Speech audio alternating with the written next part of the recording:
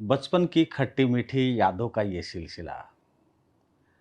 वैसे तो आप सभी जानते हैं, श्री कल्याण महाविद्यालय के पुराने छात्रों की ये सीरीज चल रही है। छात्र अब बड़े हो गए हैं, अपने अपने फील्ड के मास्टर हो गए हैं। बचपन एक चिड़िया की तरह था जो पल भर के लिए कंधे पे बैठी, चहकी और फिर फुर से उड़ गई। पता ही नहीं चला कि कब बचपन आया और कब बचपन बीत गया। लेकिन श्री कल्याण महाविद्यालय के साथ गुजरे वो पल आज भी याद आते हैं। न जाने कितने ही अनगिनत दोस्तों से मिले। कुछ दोस्तों ने मन में अनुराग का दीपक जलाया, तो कुछ दोस्तों ने कुंठा का अंगारा। आइए आज चलते हैं प्रेम के इन सुहाने पल को हम सब साथ जीते थे। हमारे साथी मंच के, रंगमंच के बड़े कलाकार जो हमेशा मेरे साथ रहे श्री कल्याण महाविद्यालय में। डॉक्टर नेकीराम आर्य से आपको मिलवाता हूँ। आइए, स्वागत है। नमस्कार नेकीराम जी। नमस्कार। श्री कल्याण महाविद्यालय के वो प्रतिभा जो वर्तमान में सामाजिक क्षेत्र में, समाज में और शिक्षा के क्षेत्र में लगातार अविरल आगे बढ़ रहे हैं। श्री कल्याण महाविद्यालय की यादों के सिलसिलों में आज आपको डुबकी लगवाने के लिए आए हैं। अपनी एक सीरीज चल रही है डॉक्टर साहब जी। और इसमें जो पुराने छात्र हैं, जो श्री कल्याण महाविद्यालय के रंगमंच से या अन्य प्रतिभाओं में जुड़े हुए हैं, वो प्रतिभावान छात्र छात्राएं जिनकी एक सीरीज है। गर्मियों की छुट्टियों में सोचा कि एक ऐसी सीरीज चलाई जाए। तो बताइए सर, बचपन पास ही के गांव खंडेला से आपका था। पूरा तफसील से बताएं कि बचपन कैसा गुजरा था। देखिए, आप सभी को हम इस वीडियो के माध्यम से राम राम करते हैं और क्रांतिकारी अभिवादन करते हैं। क्या बात है, क्या बात है। और आज मेरे लिए बड़ा खुशी का पल है कि वो यादें जो कल्याण महाविद्यालय में हमने साथ साथ एक भावुक मन के साथ में बिताई थी, आज उनको हम फिर से तरोताज़ा करने के लिए एक साथ बैठे हैं। और भाई शमसू ने अभी बचपन की एक छोटी सी शायरी इंट्रो में कही है। तो जितने भी हमारे एस के कॉलेज के जो भी हमारे साथी रहे हैं, आज भी हम दिलों से जुड़े हुए हैं उनसे, वो सभी इस वीडियो के माध्यम से हमारा जो मकसद है उसको समझने का प्रयास करेंगे। और कॉलेज से पहले भाई शमसू जी ने कहा है कि बचपन हम सब का अलग अलग जगह, अलग अलग गाँव में बीता। और कल्याण महाविद्यालय तो एक बहुत बड़ा समुद्र था जिसमें अलग अलग जगहों से छोटी छोटी नदियां आई और वो वहाँ समाहित होकर के एक बड़ा विशाल रूप अलग अलग क्षेत्रों में लेती गई। 10वीं और 12वीं क्लास के बारे में आप बताइए सर। देखिए, मैं आपसे बात करूं, बरसिंहपुरा खंडेला के पास में एक गांव है, वहाँ मेरा जन्म हुआ और प्राथमिक शिक्षा, मिडिल क्लास तक की शिक्षा मेरी राजकीय विद्यालय बरसिंहपुरा में हुई। और जिस रूप में मैं आज हूँ उसका एक छोटा सा बीज वहाँ पे मेरे गुरुजी थे, मंगल चंद जी गुरुजी, जो यूपी के रहने वाले थे और गांव के विद्यालय में रहते थे। और हम 8-9 लोगों का एक ग्रुप था जो शाम को अक्सर गुरुजी के पास चला जाया करता था। और कला के क्षेत्र से मेरा परिवार में कोई लेना देना नहीं था, लेकिन वो गुरुजी जिन्होंने मुझे 5वीं-6वीं क्लास के अंदर झांसी की रानी, राजा अशोक का कलिंग युद्ध, क्या बात। ऐसे मंचन अक्सर 15 अगस्त और 26 जनवरी को हम 5-6 लोगों की एक टीम के द्वारा वो करवाते। हमारे पास किसी प्रकार के संसाधन नहीं होते थे, लेकिन हम बच्चे ही मिलकर के बाल मन से मुकुट बनाते, कहीं से ला करके किसी के घर में लोहे की पत्ती मिलती उसे तलवार बनाते, और फिर उस समय अभाव में बिना किसी संसाधन के हम नाटक का मंचन करते थे। हमें नहीं पता था थिएटर क्या होता है, इसका विशाल रूप हमें नहीं पता था, लेकिन उसको हम जब मंच पे मंचित करते थे तो आसपास के 5-6 गांव के लोग घर छोड़ छोड़ करके, चाहे घरों में पीछे चाहे चोरी हो जाए, ऐसा सन्नाटा हो जाता था और विद्यालय पूरा खचाखच भर जाता था कि वो बच्चे अब की बार क्या नाटक करेंगे, क्या बात है, क्या विषय उनका होगा। और हम उस समय अक्सर लोक गीत, जो नेचुरल गीत होते हैं हमारे गाँव के, उस हिसाब से वो गुरुजी हमें तैयार कराते, देशभक्ति के तराने तैयार कराते। और 8वीं क्लास तक उन्होंने हमारे को इस सांचे में डाल दिया कि कला जीवन का अहम अंग होता है। हम सब लगभग 8-9 लोगों का जो ग्रुप था, हम पढ़ने में सभी ठीक थे। 8वीं के बाद 10वीं आए, 12वीं में आए। 12वीं में स्काउट वगैरह में आपने खूब नाम रोशन किया था, और उसके बाद जैसे कॉलेज में आपकी एंट्री हुई श्री कल्याण महाविद्यालय में, अपन वहाँ चलते हैं सर। देखो, 10वीं हमने राजकीय माध्यमिक विद्यालय हौद से की, वहाँ मैं स्काउटिंग से और कला के क्षेत्र से जुड़ा रहा। उसके बाद में 12वीं मैंने बायोलॉजी से खंडेला से की, जिसमें मुझे 12वीं कक्षा में राष्ट्रपति पुरस्कार से सम्मानित किया गया। और उसी वर्ष में अखिल भारतीय स्तर पर रोवर लीडर के लीडरशिप कोर्स के लिए सिलेक्ट हुआ, जो कि हमारा पचमढ़ी मध्य प्रदेश में आयोजित हुआ। और उसमें हम अक्सर कहते हैं कि डॉक्टर बनो, इंजीनियर बनो, शिक्षक बनो, व्यवसायी बनो, लेकिन उससे पहले एक अच्छा इंसान बनो।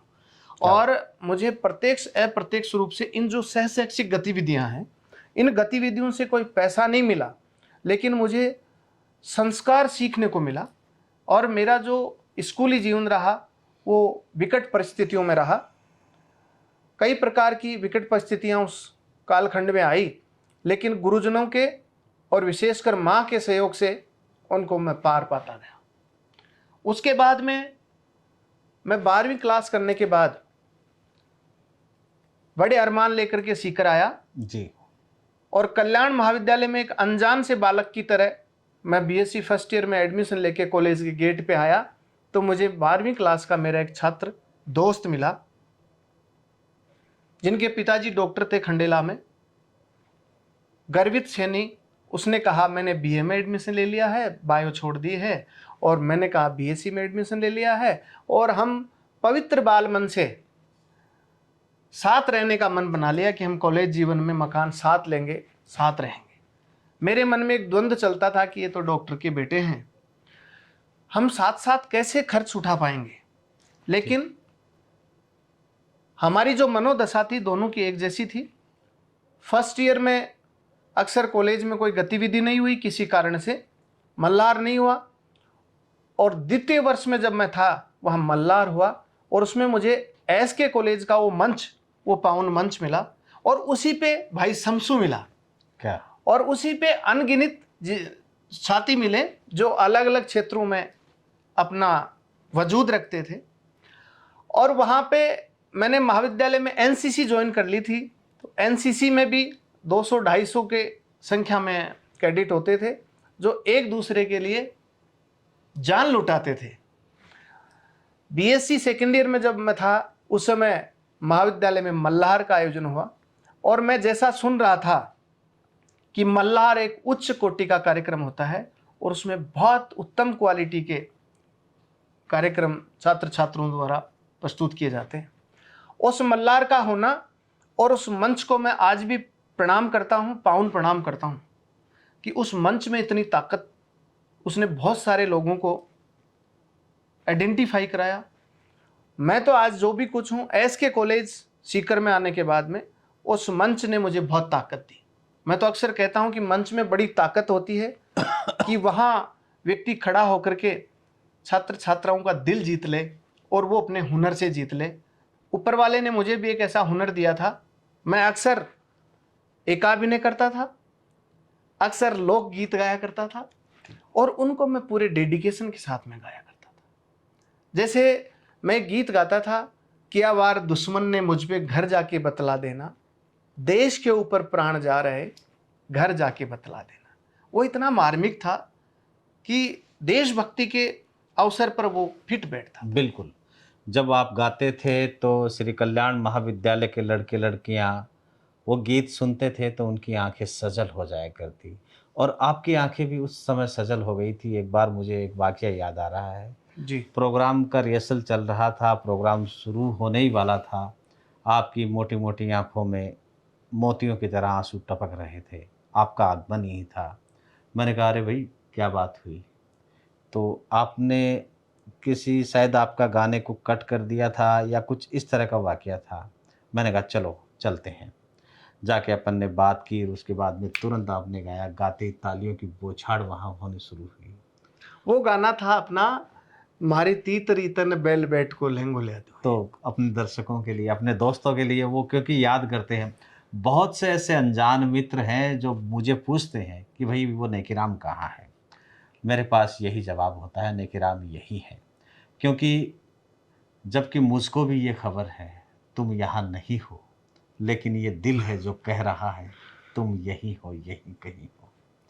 तो आप वो गीत, एक लाइन, एक कड़ी, आप जो भी आपका मन करे। देखो ऐसा है कि संगीत शमसू भाई जिंदगी का आज भी अहम हिस्सा है। हुँ, और श्रृंगार रस का वो गीत है, हुँ। उसमें इतना श्रृंगार है कि कितना ही दिमाग टेंशन में हो उसको सुनते ही रिलैक्सेशन मिलता है। बिल्कुल सर। तभी कहते हैं, अरे पग में पायल नाक में बाली झुमको तन्हे पहराऊं। वो कितना प्यार से कहता है अपनी नायिका को। जी। अरे पग में पायल नाक में बाली झुमको तन्हे पहराऊं। अरे पैर बजारा चाल गोरड़ी में कोनी शरमाऊं। ओ थारी कमरिया तो ना बन जो बन, गाबा लागी है हमारी तीतरड़ी। हाय हाय मारी गोरड़ी तने बैल बैठ को, अरे लहंगो ला धुए हमारी तीतरड़ी। अरे नाडी आला खेत मायन पालो काटन चालाए। ये घी को गोरी भर लबाट को ऊपर दईड़ो घालाए मारी मरवण ताने। अरे रे रे मारी मरवण थाने पलका पे बैठा हर रखा है हमारी तीतरड़ी। ऐसे वाक़ई उसको आपकी आवाज़ में अब भी वो का वो माधुर्य है, मानो कि कानों में शहद घुल गया हो। नेकीराम जी, आप ये बताएँ कि जब आप कॉलेज के दिनों में थी, आपका बचपना था, बहुत सारे ऐसे सतरंगी इंद्रधनुषी सपने भी एक अबोध मन में होता है कि कोई ऐसी बात चले जिसमें जैसे कि श्रृंगार रस की बात हो। तो कभी आपके कोमल दिल के आसपास कभी आपका दिल किसी के लिए धड़का उस समय? ऐसा है, वो एक बहुत बड़ा मंच था और वहाँ पे किसी के लिए नहीं, बहुत सारे मेरे मित्र थे, उन सब के लिए मेरा दिल धड़कता था और आज भी धड़कता है। हुँ, हुँ। वहाँ एक विशाल हमारा सर्किल था, उसमें कोई ऐसा विषय नहीं था कि किसी विशेष व्यक्ति के, आप जिस विषय पे बात कर रहे हो उसमें हम ट्रैक छोड़ दें। हम एक उद्देश्य लेके आए थे गांव से, तो उसमें हम जो भी मनोरंजन करते थे वो भी स्वस्थ होता था। नहीं, वो बात आपकी सही है, लेकिन जैसे एक गज़ल होती है, गज़ल का एक शेर ही पूरी गज़ल को मकबूल कर देता है। तो चेहरे बहुत सारे थे, लोगों की अपीलें भी खूब सारी थी, लोगों की दरख्वास्त भी बहुत सारी थी। लेकिन कहीं कुछ ऐसा आपको उस बाल्यावस्था से दरमियान केशवरी अवस्था में जब आप आए, तो कहीं आपको ऐसा लगा कि मंजिल बहुत करीब है या ये सपनों का कुछ महल है, देखो ऐसा ऐसा कुछ? है, मैं बीच में आपको टोकता हूँ, मैं एनसीसी का कैडेट रहा। हुँ, एनसीसी से मैं बाहर भी गया हुँ, और हमें बहुत उसमें तपस्या करनी पड़ती थी। एक तरफ उसमें फिजिकली एक्सरसाइज थी, तो दूसरी तरफ मंच पे जब कला के क्षेत्र में आते तो बहुत कोमलता का मन रखना पड़ता था। हुँ, हुँ। और ऐसे पल कहीं आए, कहीं महसूस भी हुआ, तो हम तटस्थ रह करके उनको बड़ी समझदारी से हम आगे निकल गए, क्योंकि हमारा मकसद ये नहीं था ठीक बात है। कि हम कहीं जीवन के रास्ते में भटक जीवन जाएँ। भटक नहीं जाए। और वैसे मैं कहूँ कि कल्याण महाविद्यालय में एक नहीं अनेकों मित्र थे जो आज भी हैं। हुँ, हुँ। और उसमें विशेषकर मैं नाम लेना चाहूँगा, जिसमें बिल्कुल, नरेश भूकर क्या है, बात है। बनवारी लाल महला है, हाँ, रामदेव खोकर है जो अध्यक्ष भी रहा उस समय, हुँ, नेमीचंद शर्मा है जो मेरे साथ में हुँ, हुँ। मंच पे मंच साझा किया करते थे, आपको वर्तमान जानकारी है। में भजन गायक हैं वो। हाँ, आजकल वो इसी क्षेत्र में जुड़े हुए हैं। बिल्कुल। रवि जी पारिक हैं और हमारे शिवपाल जी ख्यालिया हैं, हाँ, हाँ। जो अभी भी प्रयासरत सामाजिक हैं, सरोकारों से जुड़े रहते हैं। जुड़े रहते हैं और हम सब से भी जुड़े रहते हैं। बिल्कुल। उसमें एक विशेष नाम भाई अभिषेक शमसू भी है, महेश निठारवाल है जो मेरा एनसीसी का साथी रहा, जो आजकल आईपीएस एकेडमी हैदराबाद में आईपीएस को ट्रेनिंग देता है, इंस्ट्रक्टर है, वो भी बराबर हमारे टच में रहते हैं। एक नेमीचंद खारिया जो आरपीएस हैं अभी। राजीव चौधरी मेरा एनसीसी का साथी है। नेमीचंद कुमावत जो मंच भी मेरे साथ साझा करते थे, आज राजनीतिक क्षेत्र में हम साथ साथ काम कर रहे हैं। अच्छे व्यक्तित्व के धनी हैं। नरेश जी प्रधान हैं, रफीक चौधरी हैं जो पत्रकारिता में काम करते हैं, वीरेंद्र कांटीवाल हैं, एक पूनम मील हैं जो आजकल प्रिंसिपल हैं। और उस समय ऐसा जमाना था कि लड़कियों को घर से बाहर नहीं निकलने देते थे, लेकिन उस मंच पे ऐसी ऐसी लड़कियां, ऐसे ऐसे लड़के। अच्छा, आपने जो नाम गिनाए, हालांकि ये सारे और अपने उसमें अपने सुनीता कविया है, शोभा है, सुनीता सैनी है जो कला के क्षेत्र में काम करती थी हमारे साथ में, एडवोकेट दिनेश सैनी है, नीरज है, जलज है, बहुत सारे ऐसे नाम है, शिव भगवान नागा है, राजेश खाकल है, महेंद्र डीआई है, महेंद्र फेनिन है जो वकालत करते हैं। ऐसे में असंख्य नाम आपको बता सकता हूँ। और वो इसलिए बता रहा हूँ कि जितना आपका दायरा बड़ा होगा, आपके विचार भी उतने बड़े होंगे और आप जीवन में सफलताओं के शिखर भी उतने ज़्यादा छू पाएंगे। अब जब आप अपने बीवी और बच्चों को श्री कल्याण महाविद्यालय के सामने से निकलते हो आप लोग, तो जैसे ही कल्याण कॉलेज आते ही आपको कुछ ऐसा महसूस होता है कि यहाँ पर अपने बच्चों को ये बताते हो कि देखो बेटा ये हमारा ऐसा है, कॉलेज है? मैं आज भी कल्याण महाविद्यालय के सामने से गुजरता हूँ तो कोई व्यक्ति मंदिर में जाता है, कोई व्यक्ति मस्जिद में जाता है, लेकिन मुझे वो उन सब से भी पवित्र जगह लगती है।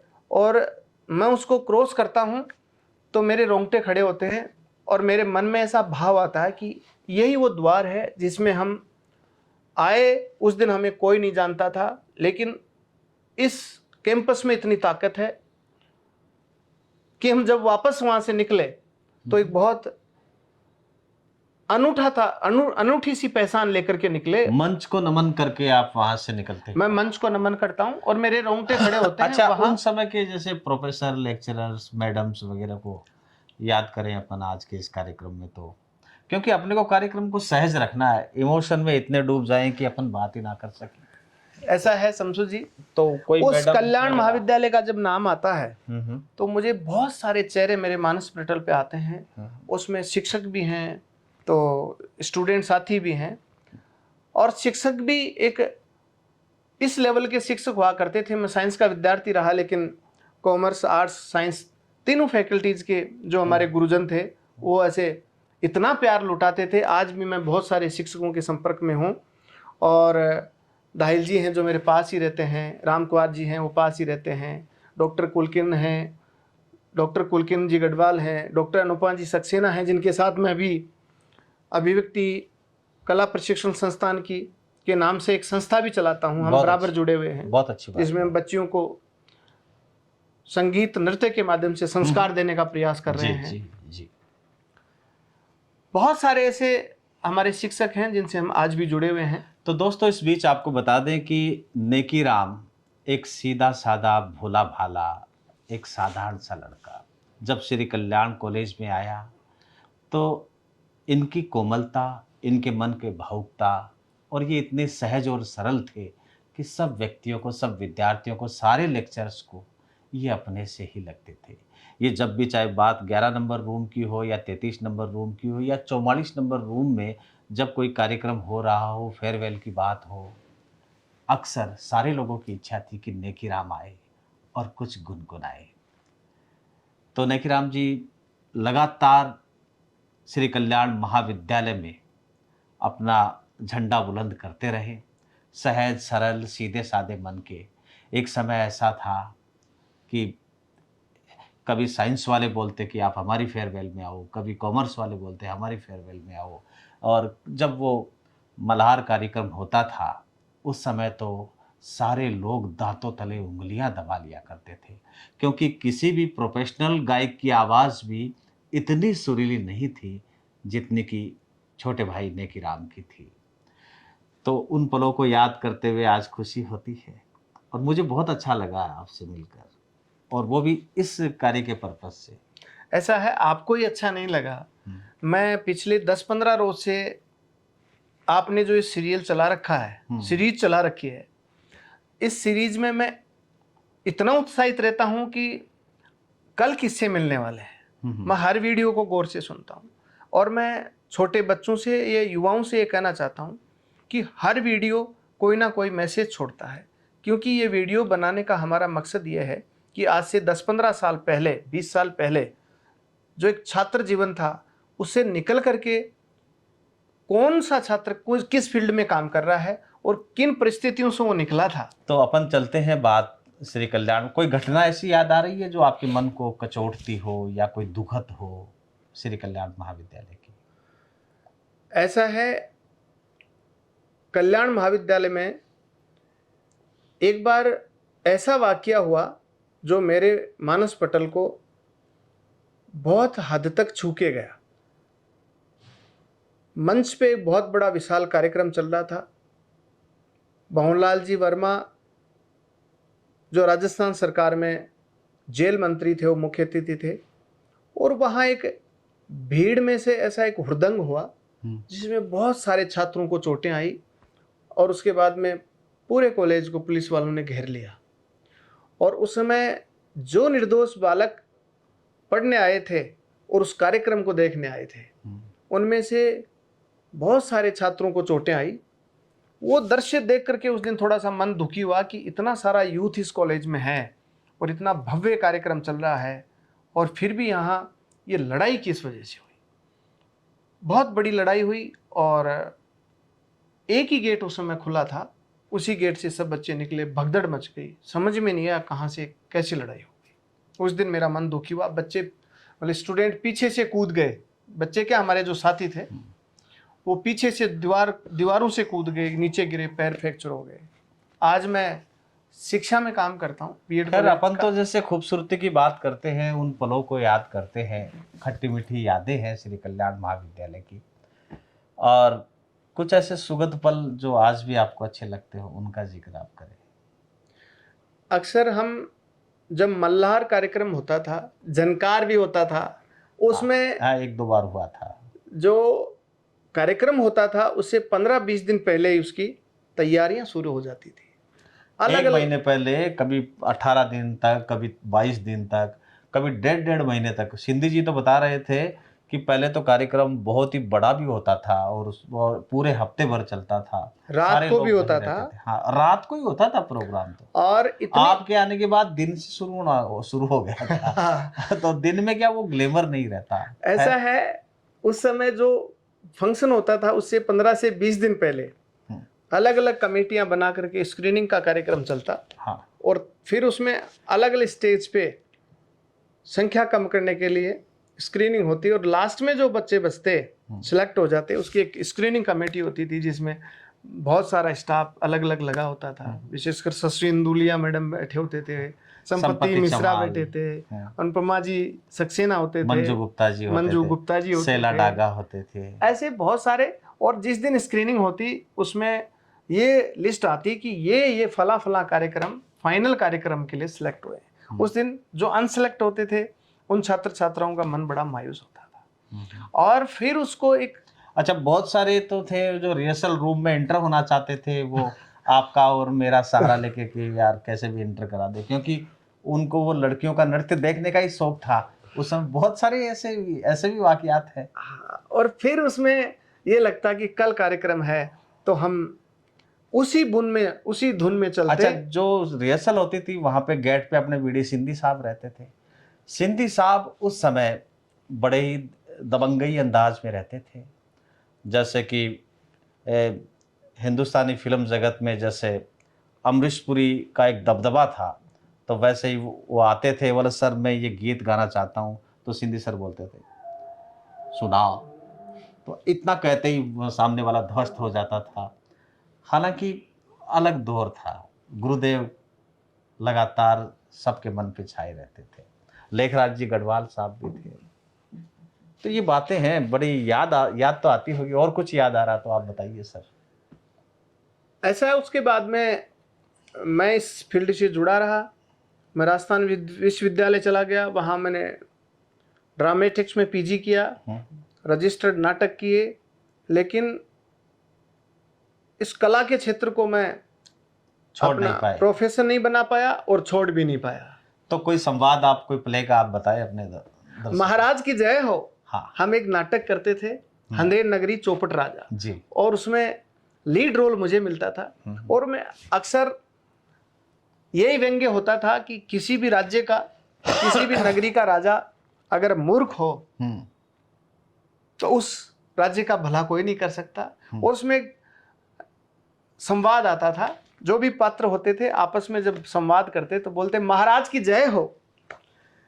और फिर ऐसा एक संवाद आता कि अंधेर नगरी चौपट राजा, टका शेर भाजी टका शेर खाजा। क्या बात है।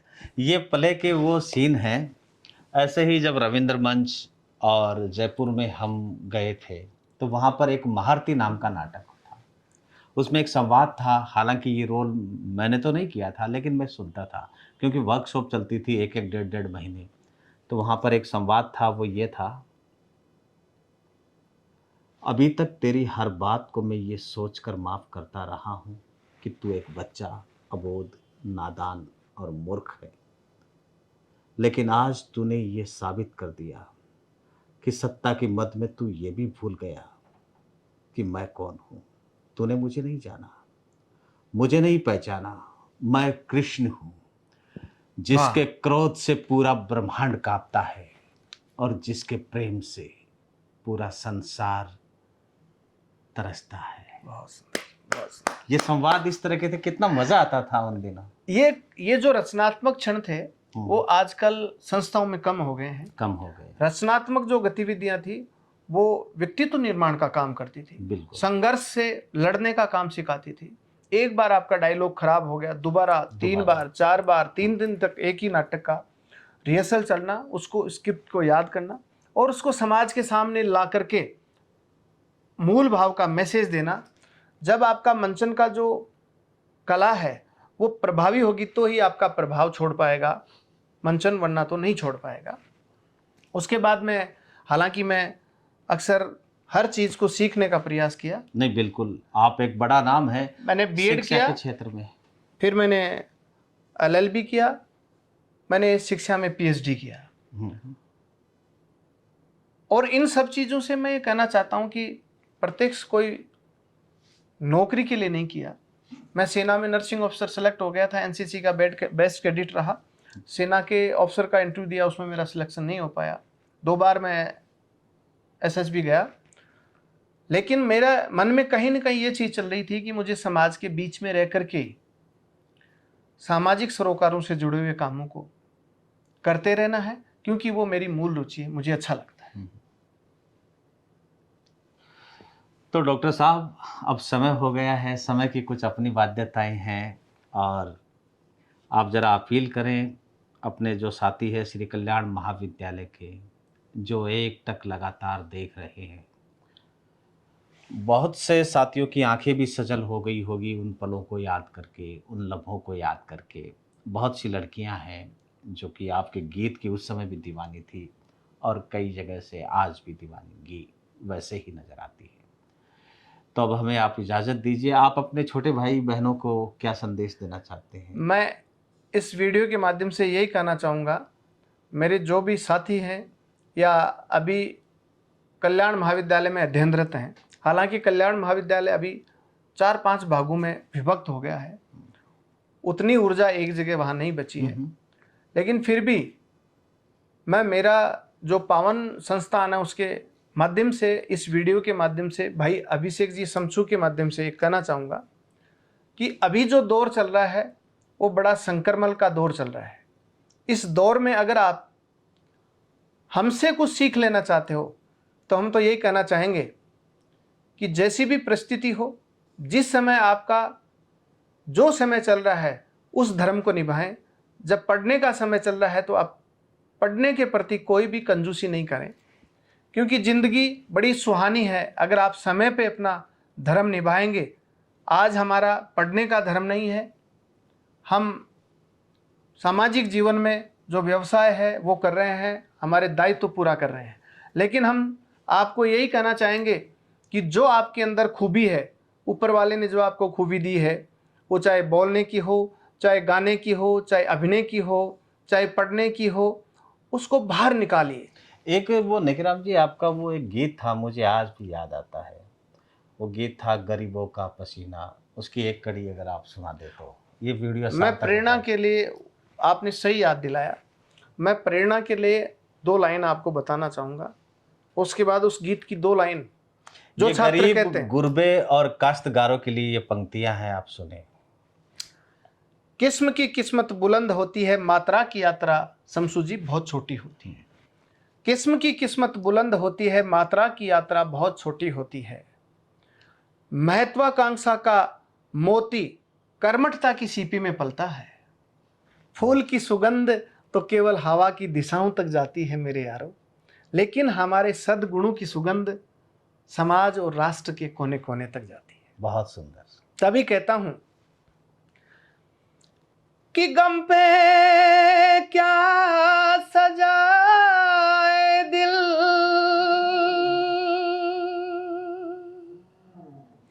खुशी का ये श्रृंगार है, जल रहा दिया मगर जमी पे अंधकार।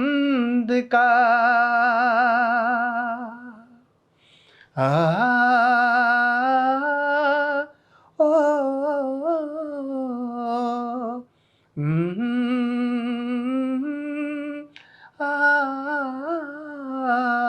गरीबों का पसीना बह रहा है, ये पानी बहते बहते कह रहा है, कभी वो दिन भी आएगा, ये पानी रंग लाएगा रे, ये पानी रंग लाएगा, गरीबों का पसीना बह रहा है। बहुत सुंदर, बहुत सुंदर।